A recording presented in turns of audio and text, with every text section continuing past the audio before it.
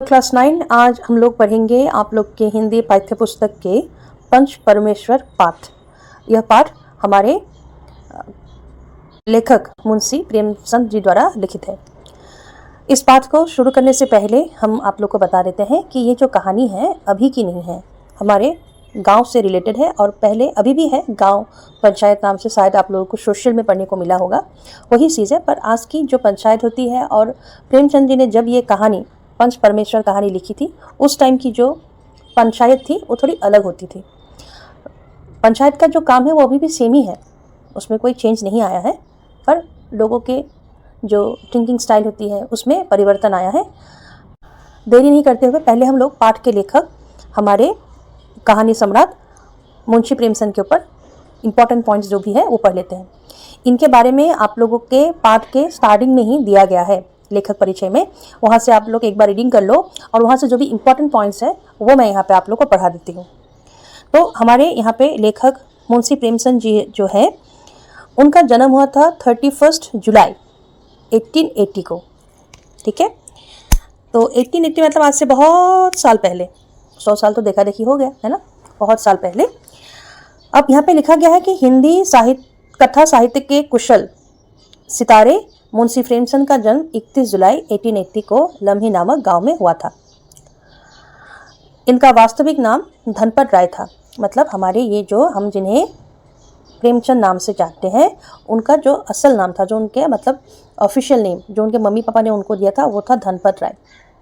धनपत राय पहले उर्दू में नवाब राय नाम से लिखते थे। अब हमारे जो प्रेमचंद जी है वो सबसे पहले उन्होंने उर्दू भाषा में लिखना शुरू किया और तब उन्होंने अपना नाम रखा था नवाब राय। ठीक है, उर्दू में प्रकाशित उनकी पहली कहानी संग्रह सौजे वतन था और उर्दू में लिखी हुई उनकी पहली जो कहानी थी वो थी सौजे वतन। ठीक है, ये उनकी उर्दू में लिखी पहली कहानी पुस्तक थी। अब अंग्रेज सरकार ने इसे जब कर लिया, तब उन्होंने प्रेमचंद नाम से हिंदी लिखना आरंभ किया। अब क्या हुआ, अब वो पैदा हुए थे कब, 1818 को। उस समय हमारे भारत में अंग्रेज का शासन चल रहा था, तो उन्होंने जब ये कहानी लिखी उर्दू भाषा में अपना नाम नवाब राय रख के, तो ये अंग्रेज सरकार ने ये कहानी उनकी जब्त कर ली। तब उन्होंने अपना परिचय बदलकर दूसरा नाम रखा प्रेमचंद और उर्दू साहित्य में उन्होंने लिखना बंद कर दिया और हिंदी में उन्होंने अपना लेखक का जीवन शुरू किया। 8 अक्टूबर 1936 को उनका देहांत हो गया और हमारे प्रेमचंद जी जो है वो 8 अक्टूबर 1936 को गुजर गए। ये है हमारे प्रेमचंद जी की परिचय। अब इनकी लेखनी के ऊपर हम लोग, उन्होंने क्या लिखा, उनके जो साहित्य संग्रह है उसके ऊपर हम लोग पढ़ें। प्रेमचंद जी द्वारा लिखे गए कहानियों उपनिषदों को अलग अलग समय पे प्रकाशित किया गया और उनका इकट्ठा करके संग्रहित करके भी उनका बुक बनाया गया। ठीक है, अब उनकी जो कहानियां हैं और उन्होंने जो उपन्यास अर्थात नॉवेल्स लिखे थे, तो उनको देखा जाए तो कहा है कि उन्होंने लगभग 300 कहानी तथा 14, ये 14 स्पेलिंग रॉन्ग है, ये होना चाहिए था। ठीक है, उपन्यास रचना की, मतलब उन्होंने मोर देन 300 स्टोरीज लिखी है और उनके जो नॉवेल्स हैं टोटल कितने हैं, 14 है। उन्हें उपन्यास सम्राट, महाकहानीकार, कलम का सिपाही जैसे उपाधियों से विभूषित किया गया। तो यहाँ से इस पॉइंट से आप लोग का एग्जाम में क्वेश्चन बन सकता है। ऐसे तो आता नहीं है लेखक के ऊपर क्वेश्चन, कभी कभी आ भी सकता है। आजकल सिस्टम सेवा का बदल गया है, पहले अलग था अभी बदल गया, तो आप लोग का 1 मार्क्स का क्वेश्चन आ सकता है, इसलिए याद रखिए। ऊपर से इनके बारे में अगर कभी भी हमें लिखना हो तो सीधी मुंशी प्रेमचंद ना लिखकर अगर हम लोग सब उनके नाम के आगे उपन्यास सम्राट या महान कहानीकार ये सब लगा दे तो लिखने में या आपका जो आंसर होगा वो ज़्यादा अच्छा लगेगा सुनने में। तो ये जो उनके उपाधियाँ हैं जो उन्हें दी गई है उनको आप लोग याद रख लीजिए।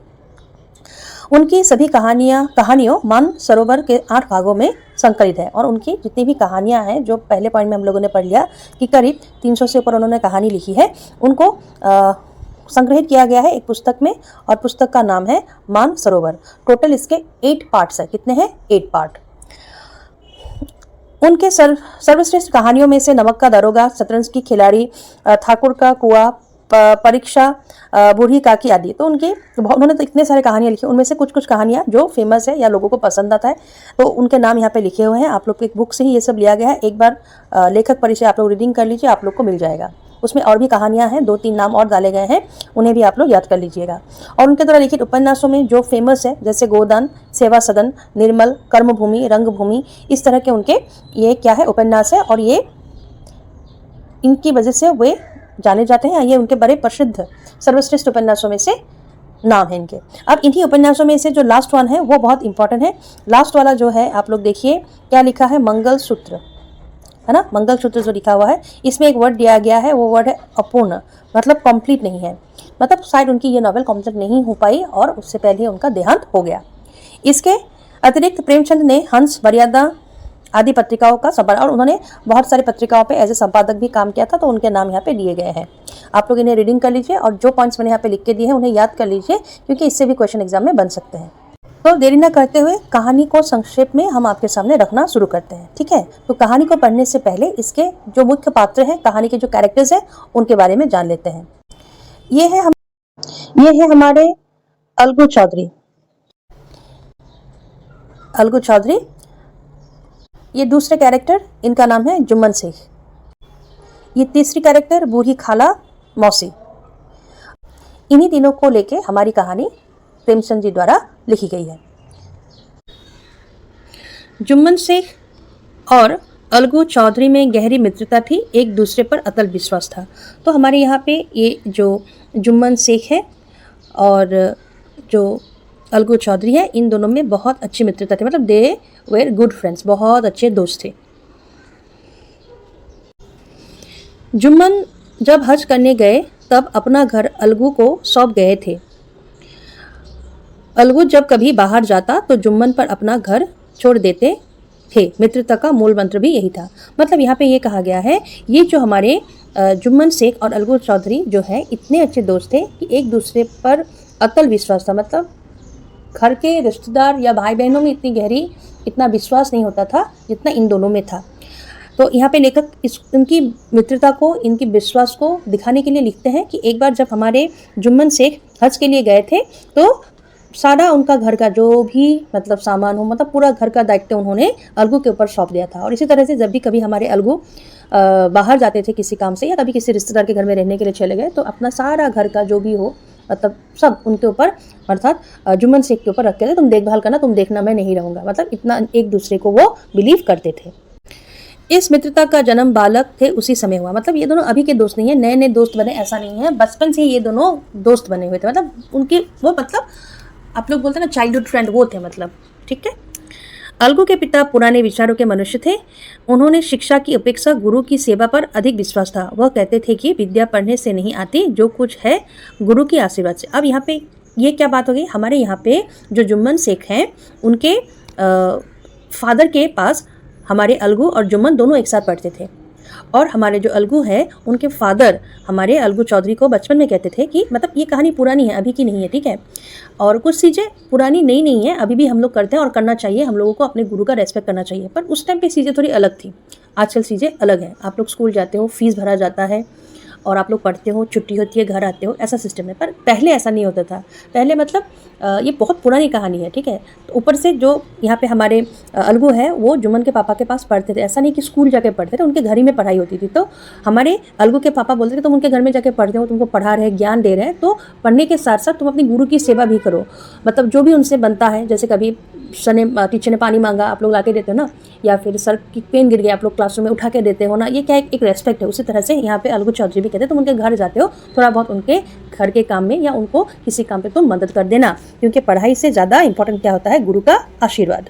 अब यहाँ पे लिखा है अलगू ने गुरु जी की बहुत सेवा की थी, बस गुरु की कृपा दृष्टि चाहिए। अब पापा की बात उन्होंने मान ली है ना, पापा ने बोला है तो वो सेवा करते थे। जैसे देखो यहाँ पे झाड़ू पोछा का पिक्चर लगा हुआ है, यहाँ पे हुक्का ठीक करें, मतलब हमारे जो गुरु जी थे वो हुक्का शायद पीते थे। और हम लोग को कहानी में प्रेमचंद जी द्वारा लिखे गए सेंटेंस में भी ये मिलता है कि अलगू ने गुरु जी की बहुत सेवा की थी, है ना। और जो जो उनसे बनता था वो हर तरह से उनकी मदद करते थे। उनका हुक्का एक क्षण के लिए भी विश्राम ना ले पाता, मतलब बुझने नहीं देते थे। ये लाइन यहाँ पे आप लोग की स्टोरी में लिखी गई है, सेकंड पैराग्राफ में आप लोग देखिए, वहाँ पे यह लिखा हुआ है। लेकिन सत्संग का कुछ फल ना हुआ, विद्या उसे भाग्य में ही नहीं थी। लेकिन हमारे अलगू चौधरी जो थे, इतना उन्होंने किया है ना, उन्होंने गुरु की भी सेवा की, उनके पापा ने भी बोला, पर ऐसा हुआ नहीं। मतलब पढ़ाई में वो अच्छे नहीं हुए। और सिर्फ वही नहीं, हमारे अलगू चौधरी जी ही नहीं, जुम्मन शेख भी पढ़ाई में अच्छे नहीं थे। मतलब ऐसा नहीं कि आप गुरु की सेवा करोगे तो आपको अच्छा मार्क्स आएगा, आपको अच्छा पोजीशन मिलेगा, ऐसा नहीं है। आपको पढ़ना भी होगा। पर ये पुरानी स्टोरी है, पुरानी बात है और बचपन की बात है। मतलब ऐसा होता है ना, अभी आप लोग क्लास 9 में आ गए हो, जब आप लोग 1 2 3 में थे तो आप लोगों को कैसा लगता था, मैंने इतना टाइम पढ़ लिया, मेरा एग्जाम अच्छा होगा, है ना। मम्मी पापा भी बोलते थे अब अभी पढ़ लो, फिर बाद में टीवी देखना था। पर ऐसा नहीं होता है ना, पढ़ना अच्छा है, पढ़ो, ध्यान दे के पढ़ो, मन लगा के पढ़ो। 10 घंटा टेबल में बैठो पर ध्यान नहीं है तो कोई फायदा नहीं। 1 घंटा बैठा है, अच्छे से ध्यान दे के पढ़े हो, वो ज़्यादा काम में आएगा। तो यहाँ पे जो हमारे अलगू चौधरी है, जुम्मन सिंह को बचपन की कहानी, तो उनको लगा कि पापा बोलते थे कि गुरु की सेवा करो तो मार्क्स आएंगे, अच्छे होंगे रिजल्ट, पर ऐसा हुआ नहीं, क्योंकि पढ़ना भी तो होता है ना। अब ऐसे करते करते दिन बीतते गए और ये हमारे दोनों दोस्त बड़े हो गए। मगर जुमराती से स्वयं आशीर्वाद के कायल न थे। जुम्मन को अपने सौते पर अधिक भरोसा था और आसपास के गांव में जुम्मन की पूजा होती थी। हल्के का दाकिया, कांस्टेबल और तहसील चपरासी सब उसकी कृपा की आकांक्षा रखते। मत अब जब बड़े हो गए तो हमारे जो जुम्मन शेख थे वो भी पढ़ाई में उतने अच्छे नहीं थे, लेकिन उसने अपने व्यापार से, अपने बिजनेस से खुद का एक अलग ही पोजीशन बना लिया था सोसाइटी के सामने, ठीक है। और उनसे सब डरते थे, उनको सब मानते थे और उनसे हर कोई मदद ले चुका था। इसलिए सब उनको, मतलब सबकी कृपा जिससे, मतलब उन्होंने किसी ना किसी तरह से सबको कहीं ना कहीं मदद करके रख दिया है, चाहे फाइनेंशियली हो या किसी काम में हो। इसलिए सब उन्हें मानते थे या उनसे सब थोड़ा बहुत डरते भी थे।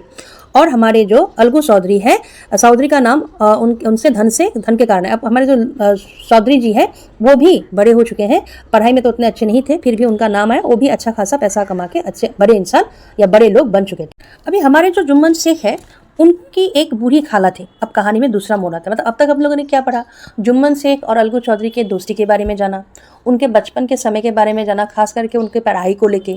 फिर वो लोग बड़े हो गए, बड़े होने के बाद अपने अपने कामों में दोनों बिजी है, या अपना अपना काम, अपना अपना फैमिली लेके बिजी है। अभी भी उनमें दोस्ती है, दोस्ती में उतनी खराबी आई नहीं है। अब कहानी पे दूसरा ट्विस्ट आता है। हमारे जो यहाँ पे जुम्मन शेख है, उनकी एक बूढ़ी खाला थी, ठीक है। और ये जो हमारी बूढ़ी खाला थी, इनको मिल्कियत, मतलब उसके पास बहुत थोड़ी सी मिल्कियत थी। जुम्मन ने लंबे चौड़े वादे करके वह मिल्कियत अपने नाम लिखवा ली। मतलब क्या हुआ यहाँ पे, ये जो बूढ़ी हमारी मौसी जी थी, बूढ़ी खाला, इनके पास थोड़ी बहुत संपत्ति थी, मतलब ज़मीन थी मान लो। और जुम्मन जो है वो उन्होंने उनको बातों में फुसलाया, ठीक है। और उनकी ये जो सारी संपत्ति थी, मतलब जो भी थोड़ी बहुत ज़मीन थी, वो अपने नाम उन्होंने कर ली। अब अपने नाम कर ली, मतलब ऐसे तो नहीं होगा ना कि उन्होंने, मौसी जी ने बोली कि ऐसे ये ज़मीन तेरा है, कानूनी तौर पे भी तो होना पड़ेगा, है ना, बाय लॉ कुछ चीज़ें हैं। तो यहाँ पे स्टोरी में हमारे प्रेमचंद जी लिखते हैं, जब तक दान पात्र की रजिस्ट्री ना हुई तब तक खाला जान का खूब आदर सत्कार किया गया। हलवे पुलाव की वर्षा की गई, मानो खातिरदारी पर भी मोहर लग गया। मतलब जब तक ये बूढ़ी खाला जी के पास जो संपत्ति थी, वो जब तक हमारे जुम्मन शेख को नहीं मिली, इनके पास जो ज़मीन थी, जब तक जुम्मन और उसके पत्नी, मतलब जुम्मन को नहीं मिला, तब तक खाला की बहुत खातिरदारी हुई। उनको बहुत प्यार किया गया, उनको जो मर्जी हो वो खिलाया गया, उनको जो पसंद हो वो किया गया, ठीक है। रजिस्ट्री के बाद जुम्मन की पत्नी रोटियों के साथ कड़वी बातें, कुछ तेज तीखी चाल भी देने लगी। जुम्मन शेख भी निस्तुर हो गए। अब क्या हुआ, रजिस्ट्री का काम हो गया। देखो यहाँ पे इनका चेहरा कितना उदास है, रो रही है। और इन दोनों का चेहरा देखो यहाँ पे, दोनों गुस्से से। मतलब क्या हुआ, जब तक संपत्ति, खाला जी के पास जो संपत्ति थी वो जुम्मन शेख के नाम नहीं हुई थी, तब तक प्यार था। जैसे ही कानूनी तौर पर खाला की संपत्ति का ओनर हमारे जुम्मन जी बन गए, तो बूढ़ी खाला को दोनों मतलब उतना प्यार नहीं करने लगे। मतलब पहले जैसा प्यार नहीं रहा, खाना भी ठीक से नहीं मिलता था, अगर मिलता भी था उसके साथ एक दो बुरी या गुस्से भरी बातें भी खाला को सुननी पड़ती थी। फिर क्या हुआ, खाला ने नम्रता से कहा, मुझे कुछ रूखा सूखा चाहिए भी नहीं। मतलब यहाँ पे क्या हुआ, जब रजिस्ट्री की बात हो गई तो जुम्मन शेख को हमारे खाला जान ने, जब उनको अच्छे से खाना या उनकी खातिरदारी पहले जैसी नहीं रही, ठीक ठाक भी नहीं रही, बद से बदतर हो गई, तो उन्होंने उनको कहा था कि एक दिन खाला ने जुम्मन से कहा, बेटा तुम्हारे साथ मेरा निर्वाह ना होगा तो मुझे रुपए दे दिया करो, मैं अपना पका खा लूँगी। तो बूढ़ी खाला ने बोला कि ऐसे तो होगा नहीं, तुम मुझे एक काम करो, महीने का थोड़ा बहुत पैसा दे दिया करो, मैं खुद से अपना खाना बना लूँगी। जुम्मन ने धृष्ट से उत्तर दिया, रुपए क्या यहाँ फलते हैं। और उसी बात को लेकर जुम्मन ने गुस्से से कहा, क्या रुपए पैसे, जो पैसे होते हो क्या पेड़ पे उगते हैं।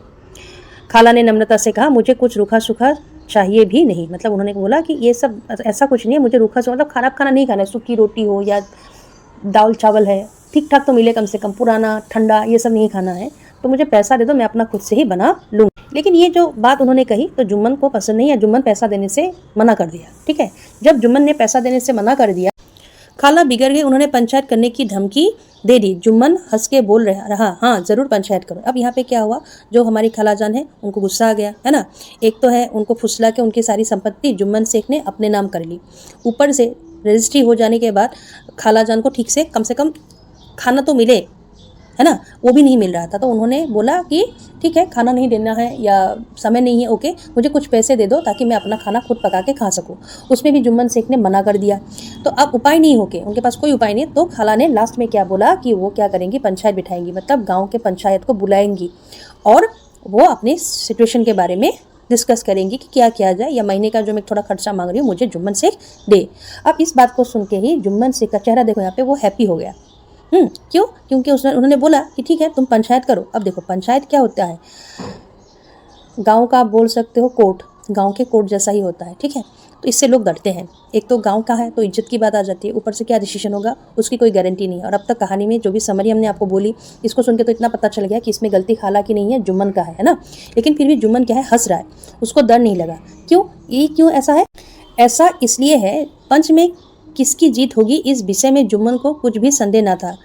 किसमें इतना बोल था जो उसका सामना कर सके, क्योंकि जुम्मन जानते थे पंच में जो भी मेंबर्स है, पंचायत में जो भी पंचायत, अच्छा यहाँ पे एक वर्ड का मतलब आपको समझना है, पंचायत मतलब 5 जनों से बना हुआ कमेटी। ठीक है, 5 जन लोग होते हैं मेन, इसके अलावा गांव के सभी लोग आते हैं। तो जुम्मन को पता था कि पंचायत में जो भी लोग हैं उनमें किसी के पास ये साहस नहीं है कि जुम्मन के खिलाफ कोई बोले या जुम्मन की गलती को कोई दिखा दे, इसलिए जुम्मन हैप्पी था।